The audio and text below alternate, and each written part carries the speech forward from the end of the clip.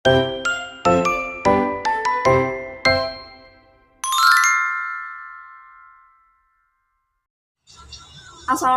warahmatullahi wabarakatuh.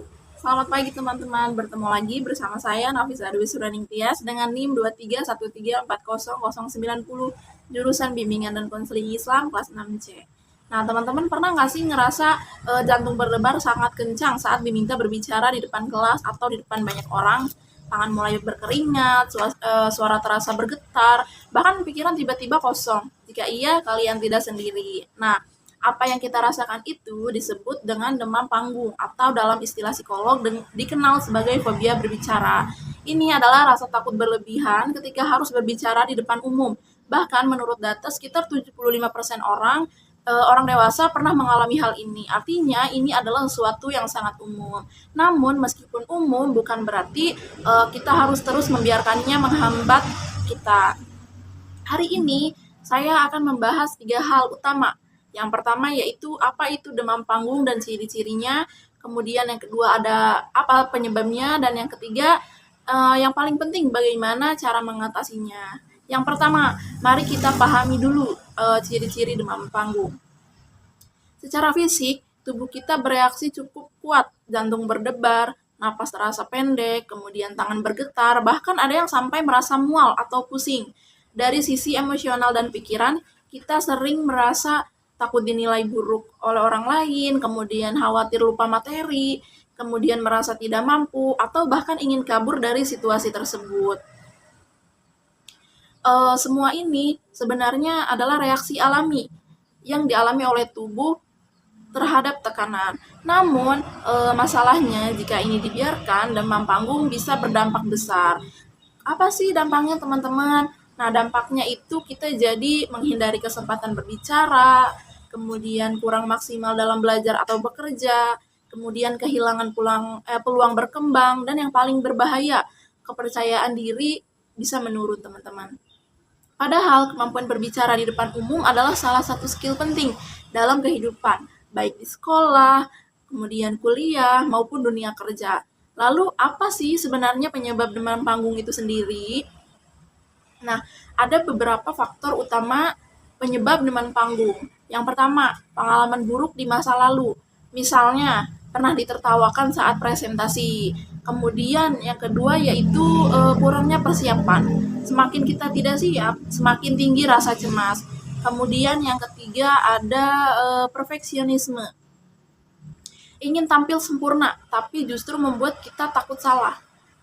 Nah, yang keempat ada citra diri negatif, merasa tidak cukup baik, dan merasa tidak cukup pintar. Dan yang terakhir teman-teman, bisa juga karena faktor biologis atau genetik. Nah, sekarang kita masuk ke bagian terpenting, bagaimana cara mengatasi demam panggung. Nah, saya ingin menekankan satu hal penting, demam panggung itu bisa diatasi. Dan caranya yaitu yang pertama adalah persiapan. Kuasai materi kalian. Jangan hanya membaca, tapi pahami. Buat catatan yang rapi dan mudah diingat. Kemudian, latihan. Latih diri kalian berbicara di depan, seperti berbicara di depan cermin, kemudian berbicara di depan teman, atau berbicara di depan keluarga. Kalau perlu, rekam diri kalian. Nah, dari situ kalian bisa melihat dan memperbaiki kekurangannya. Selain itu, gunakan visualisasi. Bayangkan diri kalian tampil percaya diri dan sukses. Ini sederhana tapi sangat-sangat membantu. Kemudian yang kedua adalah cara kedua, teknik relaksasi. Saat teman-teman gugup, tubuh kita tegang, maka kita yang perlu menenangkannya.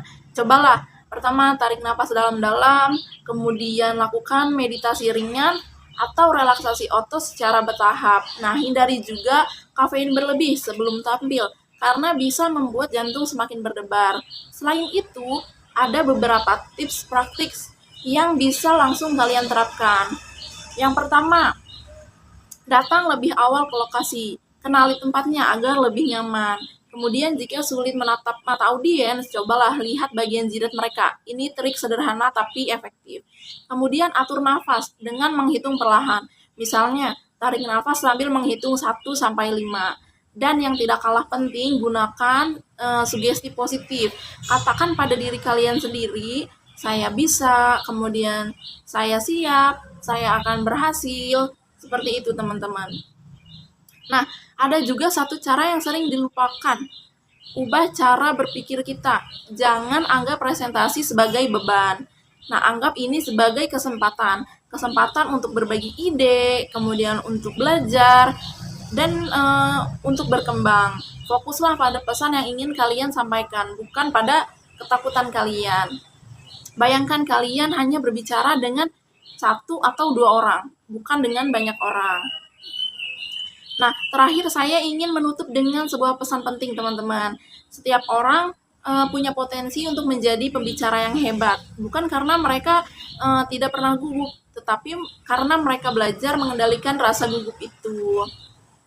Demam panggung bukan musuh yang harus dihindari, tetapi tantangan yang bisa kita taklukkan dengan persiapan, kemudian latihan, dan pola pikir yang tepat. Kita semua bisa berdiri di depan umum dengan percaya diri. Mungkin hanya itu yang dapat saya sampaikan. Terima kasih atas perhatian teman-teman semua. Semoga setelah ini kita tidak lagi takut untuk berbicara, tetapi justru lebih berani untuk menyampaikan apa yang ada dalam pikiran kita. Terima kasih. Wassalamualaikum warahmatullahi wabarakatuh.